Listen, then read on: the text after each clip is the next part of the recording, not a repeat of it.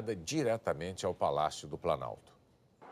Jair Bolsonaro permaneceu hoje em casa, na Barra da Tijuca, no Rio, e voltou a usar rede social para anunciar mais uma escolha: o general da Reserva do Exército, Carlos Alberto dos Santos Cruz, para a Secretaria de Governo. Ele comandou as forças da ONU no Haiti e no Congo. Também trabalhou como consultor da ONU e chefiou a Secretaria Nacional de Segurança Pública no início do governo de Michel Temer. O general chegou a ser cotado para a Secretaria de Segurança Pública, subordinada a Sérgio Moro, no Ministério da Justiça. Moro anunciou duas escolhas hoje. Para o Departamento Penitenciário, Fabiano Bordignon, delegado-chefe da PF em Foz do Iguaçu, que já foi diretor de Penitenciária Federal. Caberá a Bordignon tratar da superlotação dos presídios.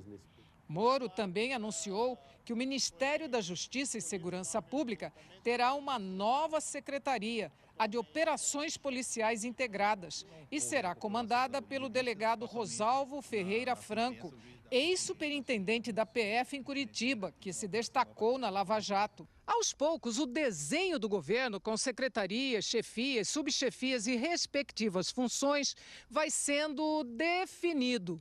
E isso tem reflexo no orçamento, assim como o número final de ministérios.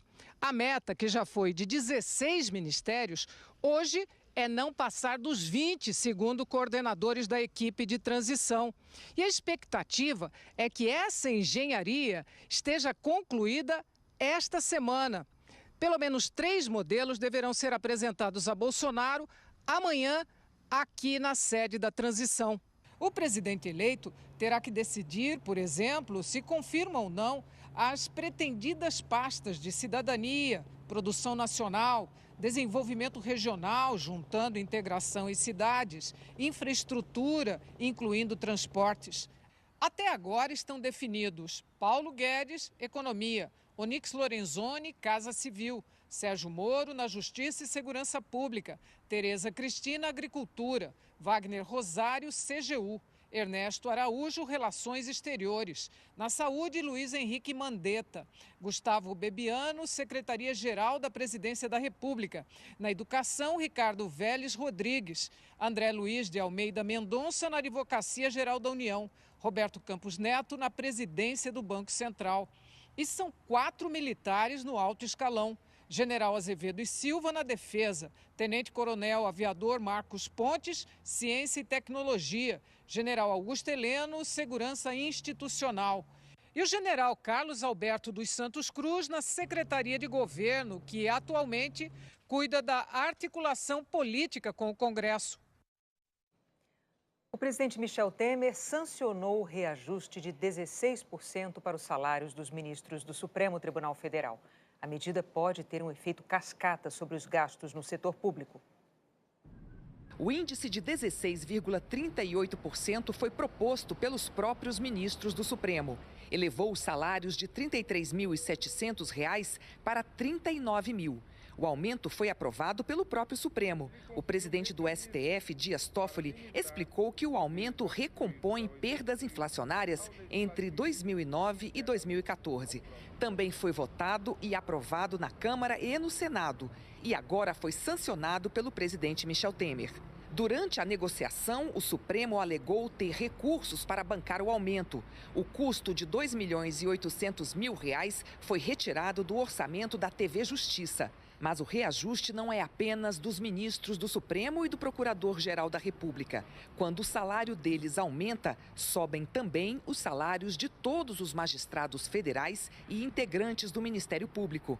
Além disso, tem o chamado efeito cascata, já que os salários do Supremo servem como teto para o funcionalismo público em todas as esferas, federal, estadual e municipal. Outras carreiras poderão passar a ganhar mais, já que o teto sobe agora para R$ 39.000. O reajuste também abre brecha para os parlamentares aumentarem os próprios salários e os vencimentos do presidente da República e ministros do governo.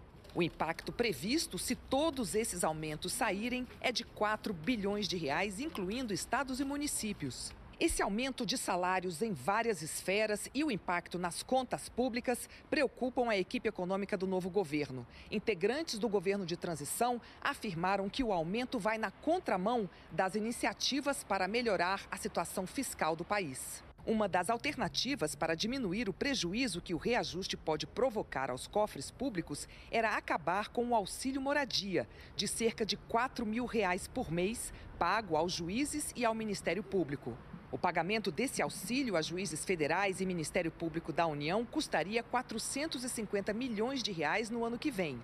O relator das ações sobre o auxílio moradia no Supremo é o ministro Luiz Fux, que concedeu liminares em 2014, autorizando o pagamento. No início de novembro, ele havia dito que se o reajuste dos salários fosse autorizado por Temer, o auxílio seria revogado. E depois do presidente Michel Temer sancionar o reajuste nos salários dos ministros do STF e do Procurador-Geral da República, o ministro Luiz Fux revogou as liminares que determinavam o pagamento de auxílio moradia a juízes e procuradores. O ministro considerou que nenhum integrante de carreira jurídica, como o Ministério Público, Defensoria, Tribunal de Contas e outras, sem exceções, pode continuar com benefício sob pena de que autoridades respondam por improbidade administrativa caso continuem efetuando o pagamento. Fux também suspendeu resoluções do Conselho Nacional de Justiça e do Conselho Nacional do Ministério Público que regulamentaram o pagamento do benefício a juízes e integrantes do Ministério Público. Ele determinou que esses conselhos discutam a regulamentação de uma ajuda de custo prevista na Lei Orgânica da Magistratura. Em 29 páginas, o ministro explica que garantiu auxílio moradia a todos os magistrados em 2014 em razão da simetria, já que alguns magistrados recebiam um benefício e outros não. O ministro destacou que, apesar de ser um benefício previsto, não se pode desprezar que decisões judiciais têm impacto orçamentário e que o judiciário não pode se afastar completamente do cenário econômico. Segundo ele, o aumento que prevê recomposição das perdas inflacionárias produz um efeito cascata. Fux destacou que o fim do auxílio é medida inevitável, mas absolutamente razoável e proporcional no presente contexto, convolando, ou seja, se convertendo em sensata resposta normativa e institucional às demandas de uma excepcional conjuntura. A seguir, a nova polêmica com placas de veículos no padrão Mercosul. E o pouso